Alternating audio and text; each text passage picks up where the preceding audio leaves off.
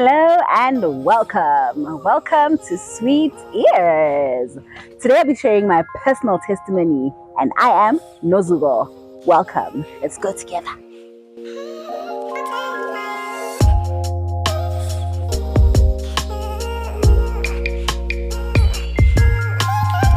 Hello and welcome to Sweet Ears. Today I'm going to be sharing one of my favorite and my most memorable, my most important, and my favorite testimony of my entire life, and that is my conception story. I have heard quite a few people that do know the story say, "Come on, just share with us. Let people know. Let people know what's going on. Give the people what they want." So here I am, and it's in. It's coming out today. So yeah, I'm excited to be taking you in this journey, and I'm believing and praying that you're going to be blessed because it truly blesses me.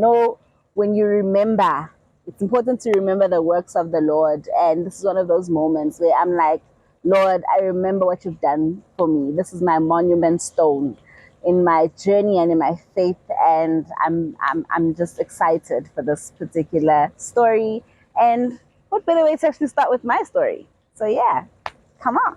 I'm gonna just start you off with my background story, something brief, and that is that I grew up in a Christian home with pastors.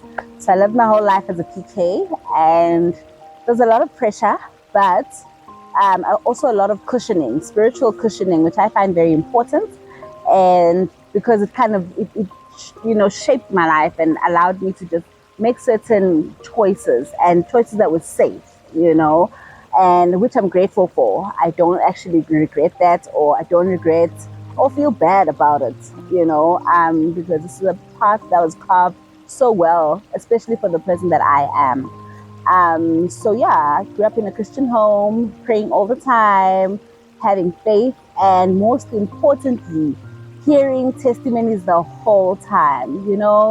Living in that kind of an environment where you hear testimonies, you are being geared up, your faith is stirred, you are being, you are growing in the Lord, and your faith and your belief in God grows. And that's kind of the cushioning that I had. And that's what has actually, I could say now, looking back, kind of was, my foundation to where we are now. Surprisingly, who would have thought? So growing up in that kind of environment has been very instrumental in shaping and just trusting in God for big things. Especially when you do experience, heartbreak or failures or things that may really cripple your faith. But this having understanding that you have a record, you have a journey, with the Lord, you have a history with God. It is always so impactful, but also a great place to just be like, Lord, I will not forget what you have done for me. I'm not willing to forget who you are in my life. I've seen you, I know you. I'm not talking about someone that I heard of. I have encountered you myself. So yeah, that's the kind of background that I have, and I'll just be building up from that.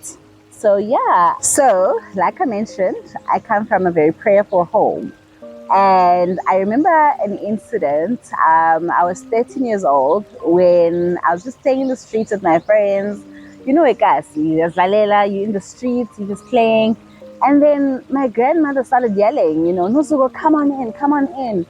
And only to find, she's like, the Holy Spirit said, we need to pray for your marriage. I was like, I'm 13. And to her, it was like, yes, and age has nothing to do, because spiritual things are not like natural things. You capture them in the spirit first. So we started praying for my marriage, prayed. I didn't really know what to pray for. But, she had started me on that journey to start praying for my marriage. And I did. Eventually, time went by, I met this great guy, and before that, met this great guy, we dated. And then, around about 2016, he decided, let's get married.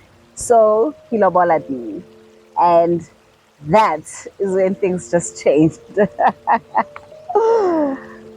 So, 2016 December, things started happening.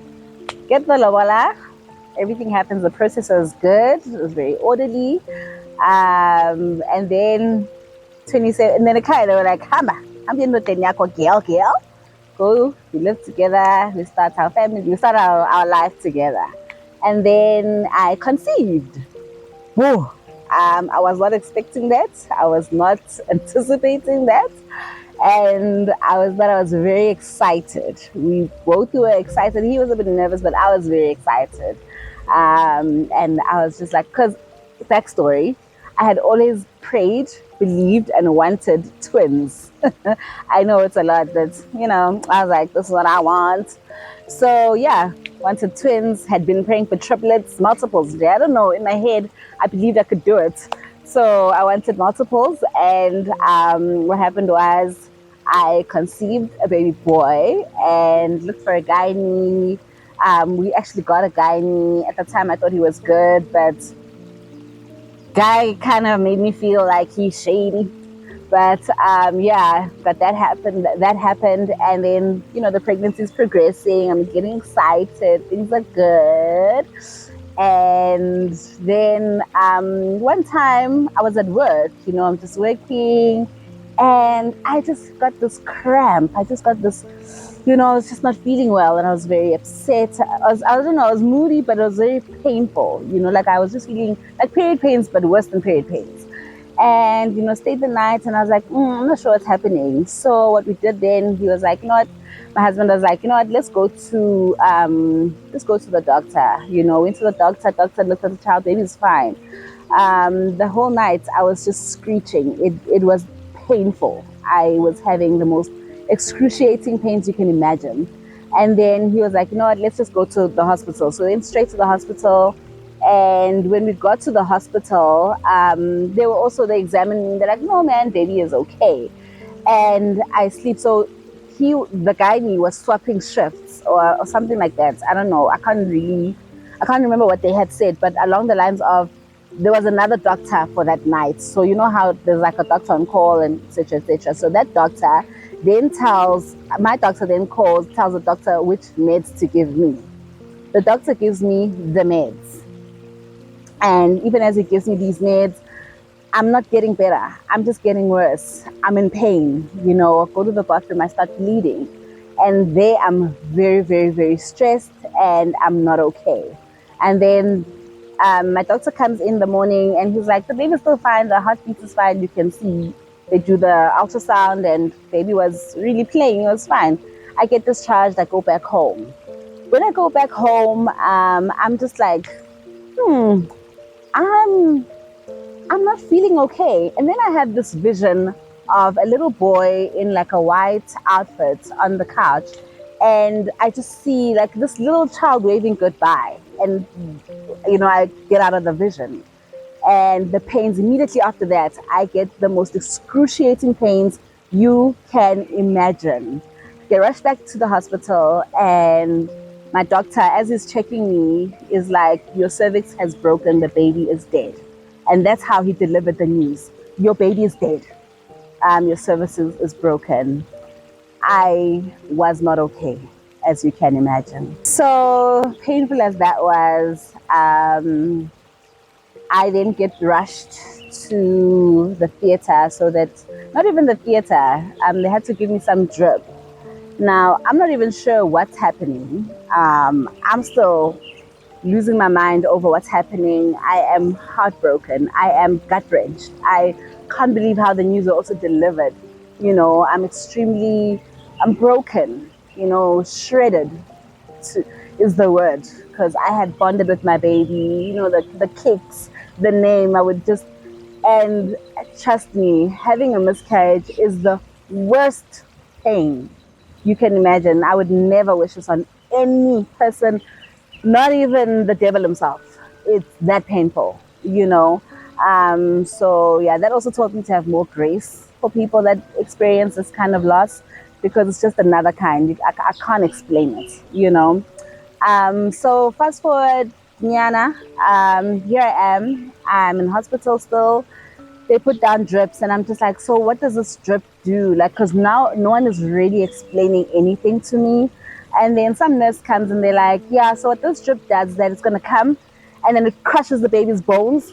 And then so that you're able to just deliver, the visual of hearing such, I was just like, what are these people saying? Like, what kind of a hospital is this? Like, how do people just speak like this? In fact, I told myself that I'd never go back. Like, that was the worst treatment and experience I had ever experienced, ever. Broken as I am, weeping, in disbelief, shock. Um, I don't really have much to say, think, feel. I have many questions. I was just like, but what is this? It was very painful, very hard. And then the procedure happens. I give birth naturally. And yeah, I just couldn't even look at the baby. I was so heartbroken because also the reason I didn't look was when they told me that it's going to crush the bones. I'm expecting, because it's such a little being, that this child, I don't know, everything was just so traumatic for me. So I just couldn't put myself through that. And a part of me kind of wishes I did, but a part of me is glad that I didn't.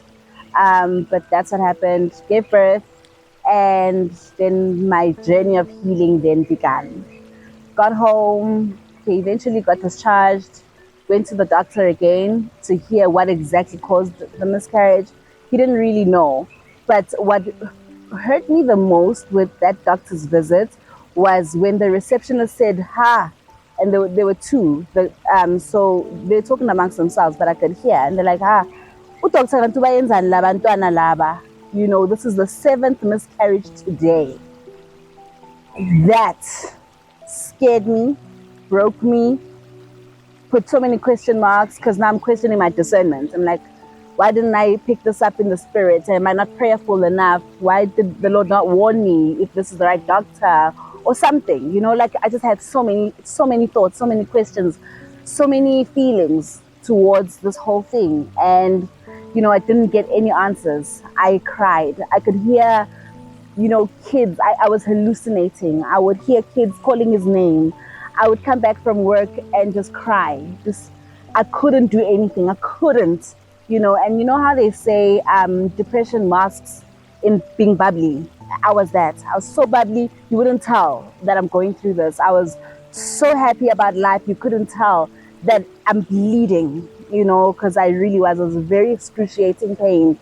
And I remember this one time I had a boss who didn't make things easy for me in that particular time. And, you kind of need, when you're going through something like this, you need a support structure that is insane. You need very good support. And I remember our boardrooms were glass, and he was like, Nozugo, I'd just like to see you for a minute. And he was with then he called my manager also. So we went to the boardroom and he's like, you're not crying enough for someone who just went through a miscarriage. You're just not, it's like you're fine. What is that? Like, it's like you're not feeling anything. And I don't know what happened in that moment. The insensitivity broke me, that you're not even trying to find out where I am mentally. You are telling me how I should be reacting and how I should be responding. And I wept. The guy not get out of that boardroom running, hey, khona umuntu okhalayo, khona umuntu okhalayo, cela amathishu lapho. That was so ghetto, so painful, so insensitive.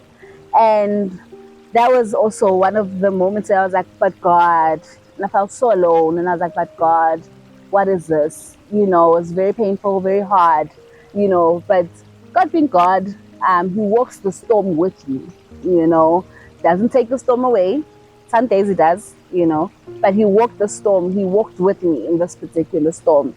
And then my journey with healing began. Started seeing a counselor, started talking to people, and that's what helped me. I spoke to everyone. There's no one who didn't know that I had just miscarried. I was not willing to keep it to myself. And that's also one of the things that I learned, is that's how I heal. I talk about my situations, and I spoke and I was very vocal, and I cried. I wept. I remember going to church and I wouldn't hear anything. I just cry the whole service. I wouldn't hear anything. Go to work, I wouldn't even see what I'm doing. I'd just be crying. you know. But eventually, time went by, and then we conceived again.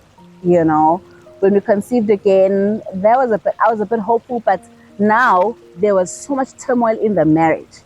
We were not coping. We didn't know where to meet each other. We were one is very vocal about the situation, the other isn't. So I think we didn't have the wisdom on how to address this, and we also didn't have the same strategy and ways that we discuss or fix, or we just didn't know how to navigate the season.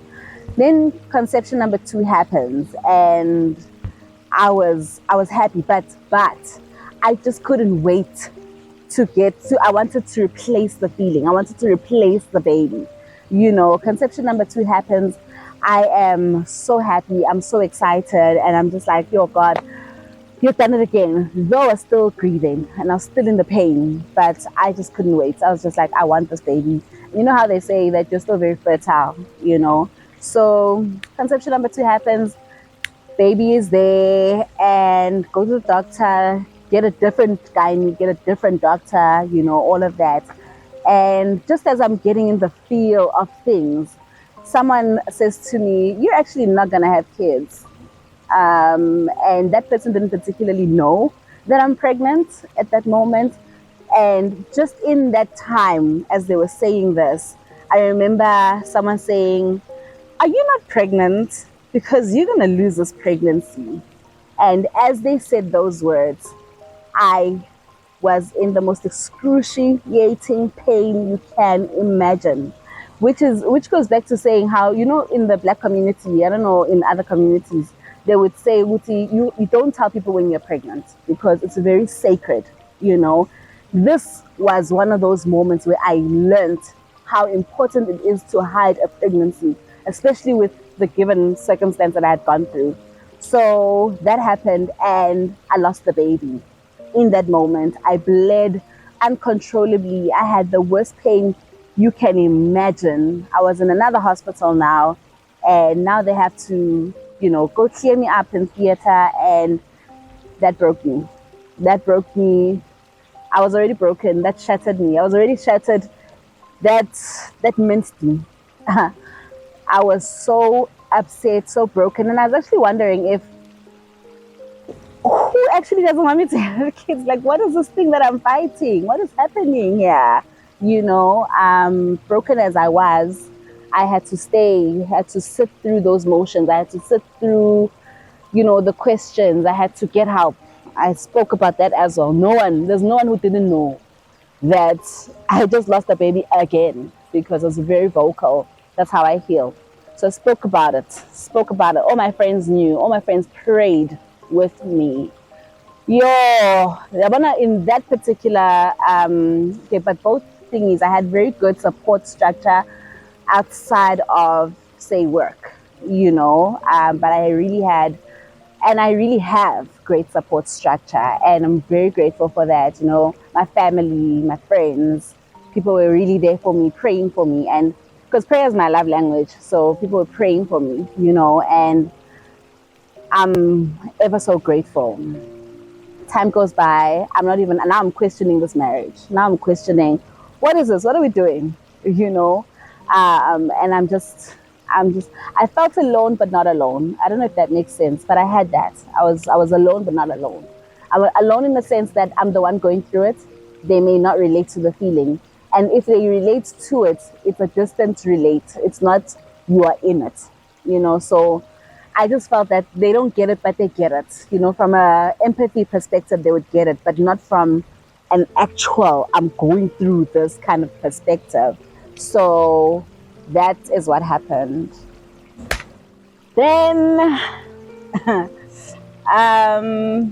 okay, so then I think, but this is not 2 years later. That whole two pregnancies were in the space of 2 years. Shortly after the second one, we were having so much turmoil in our marriage. It was unbelievable, you know, and I actually was just saying to God that, you know what, I'm okay even if things end now. I'm good. I ain't going through with this. There was a lot of tension, there was a lot of uncommunicated things. We were not okay at all. Then shortly, in fact, as I was in those thoughts, I remember the Holy Spirit saying to me, it was the 2nd of December.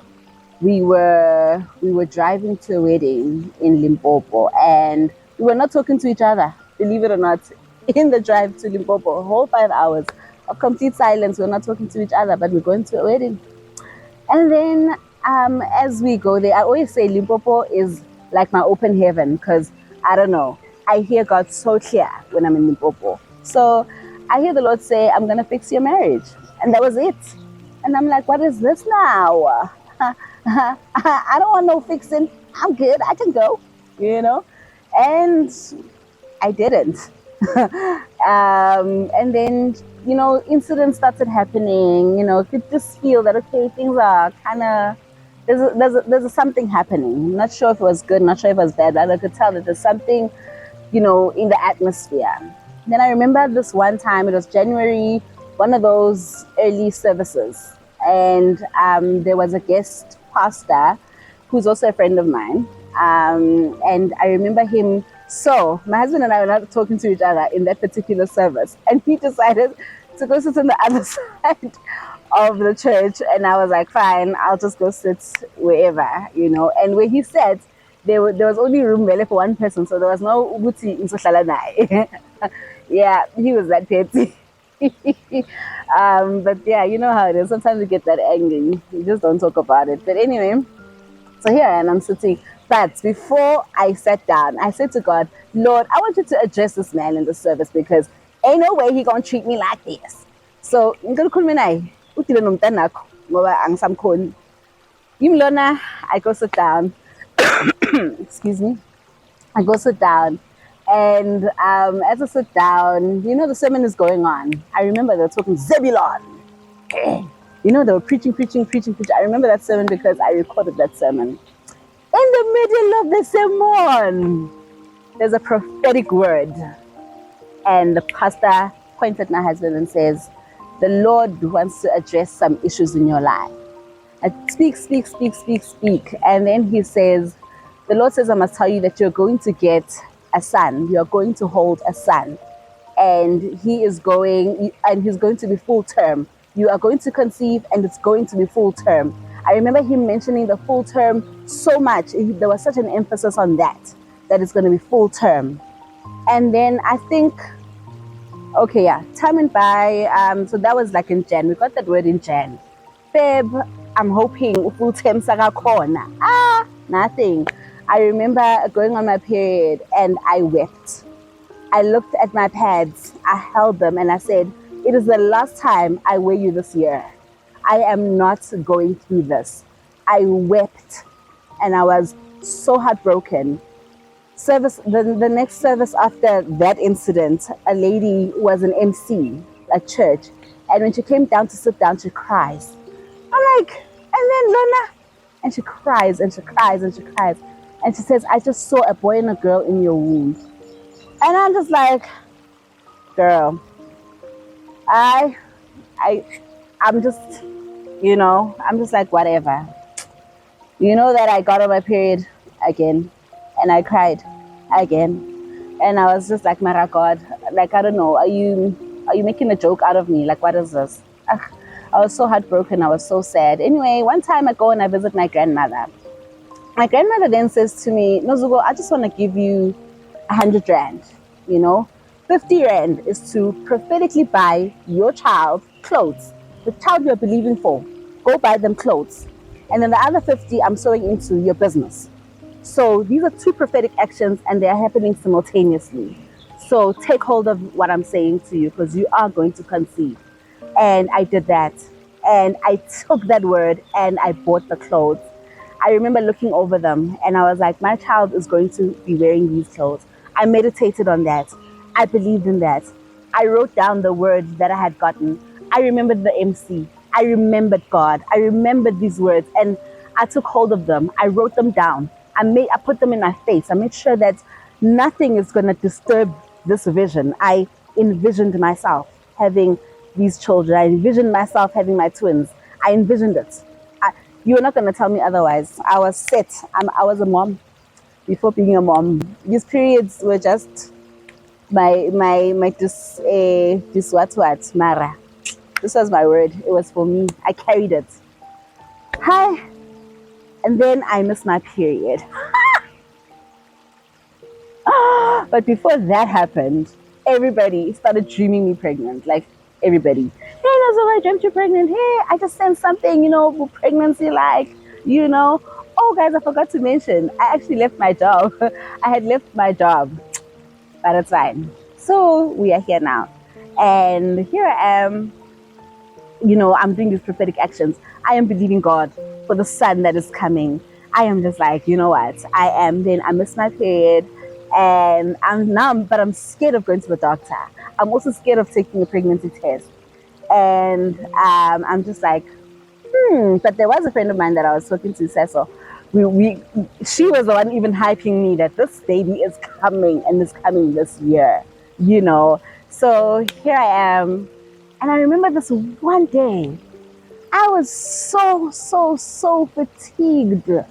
In fact, that's what happened before I missed my period. I was so fatigued, and I just knew that I was pregnant. I just knew that I was pregnant. Then missed the period, but I wasn't sure because, after those incidents, my period are not necessarily regular, you know. Went and got a pregnancy test, bam! The most extremely faint line you can imagine, but I saw a line. It was so faint, it was almost invisible. Nara, in my eyes of my eyes, and in my friend's eyes, she saw, and I told her, and we celebrated like we had seen two strong lines. I was so happy. So I went back to the mall and I bought another two. Okay, the packages came with two tests inside, so I bought another one. And because I married, my husband is a realist. So he was like, do you see a line there? What if it's just, he was very what ify, he needed a doctor to convince. But anyway, as most men are, I was like, no, we'll take another test in the morning. So the next morning we take a test and it is stronger. And he believes it but doesn't believe it. A bit of a skeptic. He believes it but doesn't believe it. I just knew it. The next day he's like, no, let's take another one. We took it. Excuse me. We took another one. And then we took another one. So we had 4 tests, all positive. And then we looked for a gynae, another gynae this time. And now we were very, go to the doctor, doctor confirms you're pregnant. I was, you know what? If there was ever a time where I wanted to hide, it was that one, because I didn't want anyone to know except my friend. Didn't want anyone to know. I didn't want anything to nothing. And then we hid. No, let me not say we hid, because in that year, COVID struck and God hid me. Then it was gynae time. That was a glorious moment. It was very different. It was very special. It was very personal. I particularly felt like God personally came to my aid. I was very happy. I was so sure. My faith was not, I can't even call it faith. That way I was so sure. I had such a knowing, I was very much, there was nothing that was going to shake me. I had psyched myself. I was sure, we're good. Baby is good. My husband and I, we were in a good space. He was very happy. We were happy. It was good. It was so good. And then that happened. We went to the gynae, hearing the heartbeat. We are, starting to prepare. We are mentally preparing. It was around about Marchish, Aprilish, not even, but it was like March.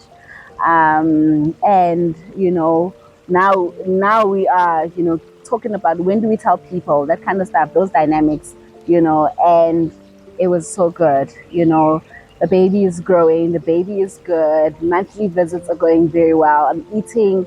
Oh no, I had such bad nausea. I had such bad morning sickness.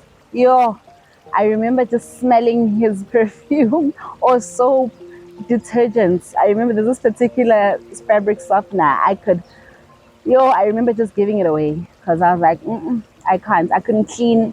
I couldn't do anything because everything irked me, and I started cooking so bad. I didn't like my food. I didn't like anything. Like everything was just so yucky.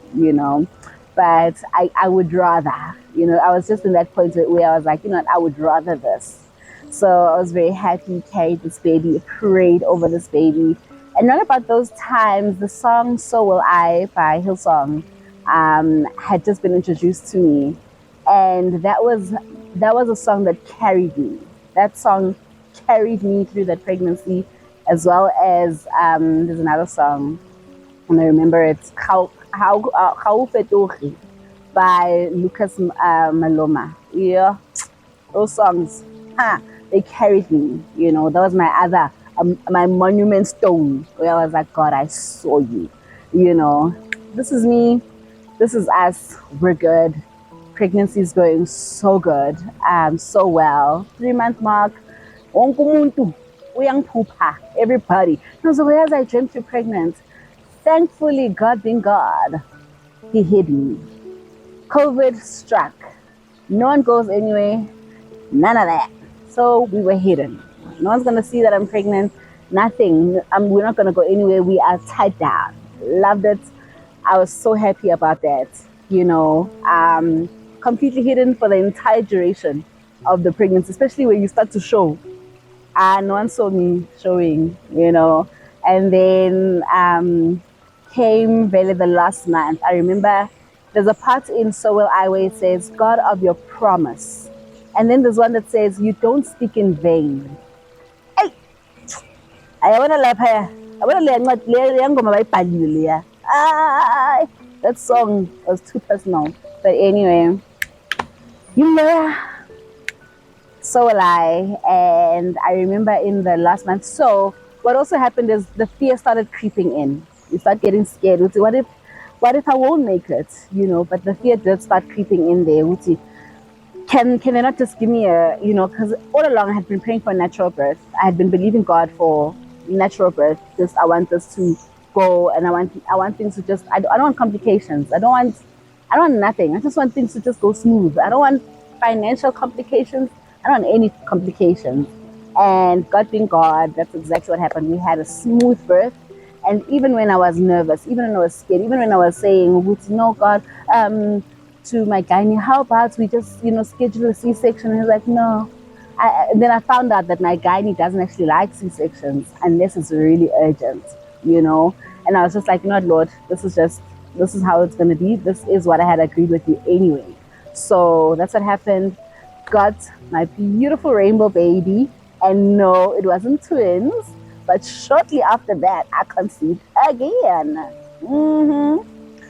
I conceived my son because we were like, how? But now boy most. And this child hid. This one, she hid until the 7th month. That's when we found out she was a girl. But we were still so happy. But we had started buying boyish things, so we kind of had to change our colors quick.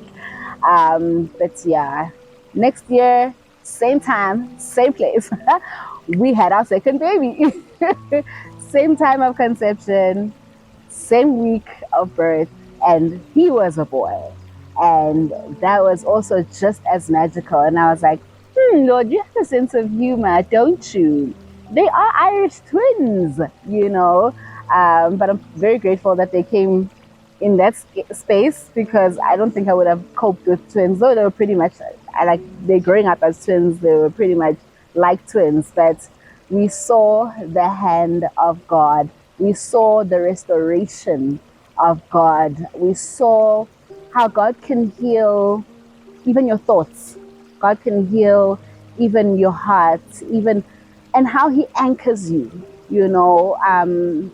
That continues to be one of my biggest testimonies. How God just gave me wangihlekisa futhi. The song by Tina Zoom, it's ekugcineni uzohleka nawe. And every time I think about that song, I am like, this is me, because ekugcineni, after all was spoken, after all was done, after all the pain, I am laughing, I am smiling, I am seeing my promise, I am watching a prophetic action bloom.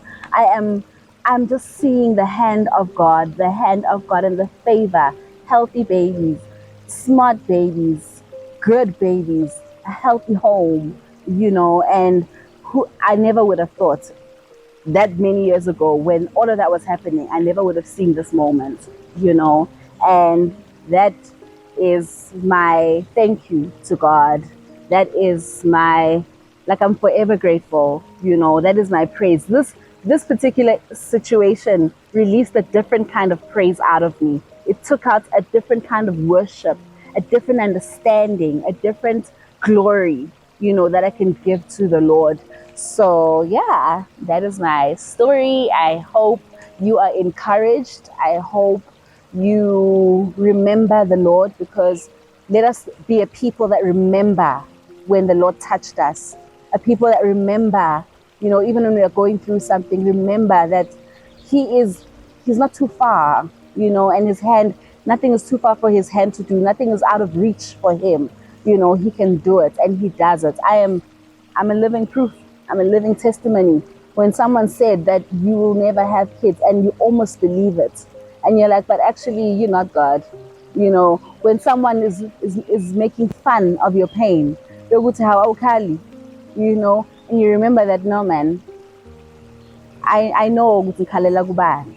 I know ukuthi who is my restorer. I know who my sanctifier is. I have walked with this person. I'm not talking about an imagination or a character that I've created. This God is so alive. He's so present and so personal. Takes things personally when these things are raging at you. But yeah, I hope you're encouraged. Hope you're blessed. And that is my story time and my testimony. Thank you for watching. Like and subscribe. And don't forget to share. See you later.